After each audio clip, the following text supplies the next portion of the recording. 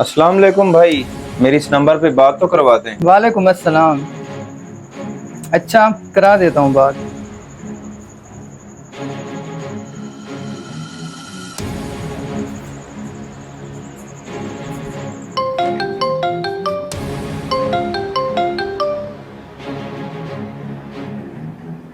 Hello. अस्सलाम वालेकुम साहब जी, सुना है आपको मुलाजिम की ज़रूरत है। अगर अभी भी आपके पास जगह है तो मैं आ जाता हूँ आपकी कोठी पे। नहीं भाई, हमने अब मुलाजिम रख लिया है, अब हमें ज़रूरत नहीं है। साहब जी, मैं बहुत अच्छा काम करता हूँ और अगर आप कहेंगे तो मैं रोज़ आपकी गाड़ी भी वॉश कर दूंगा। आप बेशक मुझे दूसरे मुलाजिमों से कम तनख्वाह दे दीजिएगा ना। नहीं भाई, जो मैंने मुलाजिम रखा है वो माशाल्लाह बहुत अच्छा काम कर रहा है, और वैसे भी मुझे तनख्वाह का लालच नहीं है, काम या ज़्यादा होने का। साहब जी देख लें, आप मुझे एक मौका दे के तो देखें। मैं छुट्टी भी नहीं करूँगा, रेगुलर काम पे आऊँगा आपके पास। ओ भाई, छुट्टी वाली बात ही नहीं है।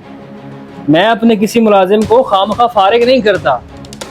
अगर आपको जॉब की बहुत ही ज़रूरत है तो किसी और जगह पे ट्राई कर लो, अल्लाह करेगा आपको जॉब मिल जाएगी। हाँ ठीक है साहब जी, जैसे आपकी मर्जी।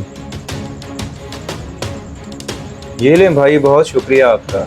यार एक बात की समझ नहीं आई, अभी तुम बड़े परेशान थे, तुम्हें नौकरी भी नहीं मिली, फिर भी तुम मुस्कुरा रहे हो, ये क्या चक्कर है?